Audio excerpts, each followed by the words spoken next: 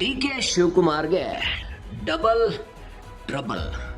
Trouble shooter ಅಂದ್ಕೊಂಡಿದ್ದ ಡಿ.ಕೆ. ಶಿವಕುಮಾರ್ ತಾವು ಅಂದುಕೊಂಡಿದ್ದ ಹಲವು ಕ್ಷೇತ್ರಗಳಲ್ಲಿ ಸೋಲು ಕಂಡಿದ್ದಾರೆ.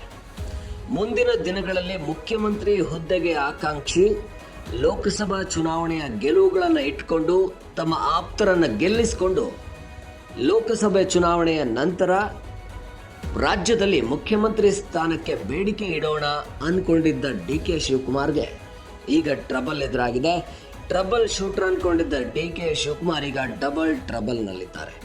ಸ್ವಂತ ತಮ್ಮದೇ ಕ್ಷೇತ್ರವನ್ನು ಗೆಲ್ಲಿಸ್ಕೊಳ್ಳಿಕ್ಕಾಗಲಿಲ್ಲ ಡಿ.ಕೆ. ಶಿವಕುಮಾರ್ ಅವರಿಗೆ. ತಮ್ಮ ಡಿ.ಕೆ. ಸುರೇಶ್ ಹೀನಾಯವಾಗಿ ಸೋಲುಂಡ್ರು ಡಾಕ್ಟರ್ ಸಿ.ಎನ್. ಮಂಜುನಾಥ್ ವಿರುದ್ಧ. ಇದರ ಜೊತೆಗೇನೆ ಬೆಳಗಾವಿಯಲ್ಲಿ ಲಕ್ಷ್ಮೀ ಹೆಬ್ಬಾಳ್ಕರ್ ಪುತ್ರ ಮೃಣಾಲ್ ಹೆಬ್ಬಾಳ್ಕರ್ ಕೂಡ ಸೋಲು ಕಂಡರು. ಡಿ.ಕೆ. ಶಿವಕುಮಾರ್ ಅಂದುಕೊಳ್ಳೋ ಹಾಗೆ ಗೆಲ್ಲೋಕೆ ಸಾಧ್ಯ ಆಗಿದ್ದು ಹಾಸನ ಒಂದರಲ್ಲಿ ಮಾತ್ರ. ಇನ್ನು ಹಳೆ ಮೈಸೂರು ಭಾಗದಲ್ಲಿ ಕಳೆದ ವಿಧಾನಸಭಾ ಚುನಾವಣೆಯಲ್ಲಿ ಒಕ್ಕಲಿಗ ನಾಯಕನಾಗಿ ಹೊರಹೊಮ್ಮಿದ್ದ ಡಿ.ಕೆ. ಶಿವಕುಮಾರ್ ಈ ಬಾರಿ ಒಕ್ಕಲಿಗ ನಾಯಕತ್ವವನ್ನು ಕಳೆದುಕೊಳ್ಳುವ ಸ್ಥಿತಿಯನ್ನು ತಲುಪಿದರು. ಇದಕ್ಕೆ ಕಾರಣವಾಗಿದ್ದು ಎಚ್.ಡಿ.ಕೆ. ಕುಟುಂಬ ಅದ್ಭುತವಾಗಿ ಪಟ್ಟು ಹಾಕಿದ್ದು ಅಂತ ಹೇಳ್ಬೋದು.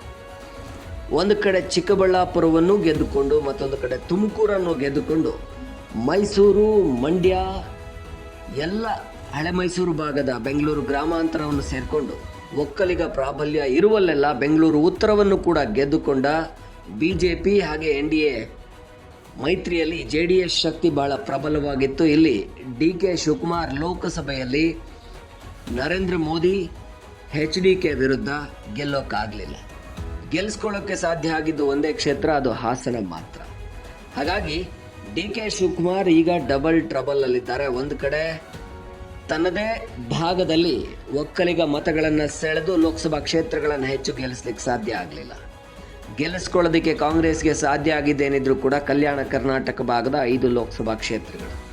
ಅದಾದ ನಂತರ ಕಿತ್ತೂರು ಕರ್ನಾಟಕ ಭಾಗದಲ್ಲಿ ಡಿ.ಕೆ. ಶಿವಕುಮಾರ್ ಅವರ ವಿರೋಧಿಗಳ ರೀತಿಯಲ್ಲಿ ಯಾರ್ಯಾರೆಲ್ಲ ಇದ್ರೋ ಅವರು ಗೆಲ್ಲೋದಕ್ಕೆ ಸಾಧ್ಯ ಆಗಿದೆ. ಪ್ರಿಯಾಂಕಾ ಜಾರಕಿಹೊಳಿ ಗೆದ್ದಿದ್ದಾರೆ, ಸತೀಶ್ ಜಾರಕಿಹೊಳಿ ಅವರ ಮಗಳು. ಹಾಗಾಗಿ ಇಲ್ಲಿ ಡಿ.ಕೆ. ಶಿವಕುಮಾರ್ ಶಕ್ತಿ ಕುಗ್ಗಿ ಹೋಯ್ತಾ? ಹಾಗಾದ್ರೆ ಈ 5 ವರ್ಷ ಡಿ.ಕೆ. ಶಿವಕುಮಾರ್ಗೆ ಸಿ.ಎಂ ಸ್ಥಾನ ಸಿಗೋದಿಲ್ವಾ? ಈ ಪ್ರಶ್ನೆಗಳು ಸದ್ಯ ಚರ್ಚೆಗೆ ಕಾರಣವಾಗ್ತಾ ಇವೆ. ಹಾಗಾದ್ರೆ ಡಿ.ಕೆ. ಶಿವಕುಮಾರ್ ಡಿ.ಸಿ.ಎಂ ಆಗಿನೇ 5 ವರ್ಷ ಕಳಿಬೇಕಾ? 5 ವರ್ಷದ ನಂತರ ನಮ್ಮ ರಾಜ್ಯದಲ್ಲಂತೂ ಜನ ಒಂದು ಬಾರಿ ಗೆದ್ದಂಥ ಪಕ್ಷಕ್ಕೆ ಮತ್ತೆ ಅಧಿಕಾರ ಕೊಡೋದಿಲ್ಲ. ಹಾಗಾಗಿ ಅಧಿಕಾರ ಮತ್ತೆ ಬಿಜೆಪಿ ಪಕ್ಷಕ್ಕೆ ಹೋದ್ರೆ ಹೇಗೂ ಬಿಜೆಪಿ ಜೆ.ಡಿ.ಎಸ್ ಮೈತ್ರಿ ಪ್ರಬಲವಾಗಿರೋದ್ರಿಂದ ಮತ್ತೊಮ್ಮೆ ವಿಧಾನಸಭಾ ಚುನಾವಣೆಯಲ್ಲಿ ಕೂಡ ಅದು ಮುಂದುವರೆದು ಆ 2 ಪಕ್ಷಗಳಿಗೆ ಅಧಿಕಾರ ಹೋದ್ರೆ ಕಾಂಗ್ರೆಸ್ ಮತ್ತೈದು ವರ್ಷ ಅಧಿಕಾರ ಇಲ್ಲದೆ ವಿರೋಧ ಪಕ್ಷವಾಗಿ ಕೂರಬೇಕಾದ್ರೆ ಡಿ.ಕೆ. ಶಿವಕುಮಾರ್ ಅವರಿಗೆ ಸಿ.ಎಂ ಸ್ಥಾನ ಯಾವಾಗ? ಸಿ.ಎಂ ಆಗೋದು ಯಾವಾಗ? ಒಟ್ಟಾರೆ ಈ ಲೋಕಸಭಾ ಚುನಾವಣೆ ಕಾಂಗ್ರೆಸ್ಗೆ ಹಲವು ಸ್ಥಾನಗಳನ್ನು ಕೊಡುವ ಮುಖಾಂತರ ಪಾಸಿಟಿವ್ ಅನಿಸಿದ್ರೆ ಡಿ.ಕೆ. ಶಿವಕುಮಾರ್ ಅವರಿಗೆ ಮಾತ್ರ ತಾವು ಅಂದುಕೊಂಡ ಯಾವ ಸ್ಥಾನವನ್ನು ಗೆಲ್ಲೋಕ್ಕಾಗದೆ ದೊಡ್ಡ ಮೈನಸ್ ಆಗಿ ಟ್ರಬಲ್ ಶೂಟರ್ಗೆ ಡಬಲ್ ಟ್ರಬಲ್ ಆಗಿ ಕಾಣಿಸ್ತಾ ಇದೆ.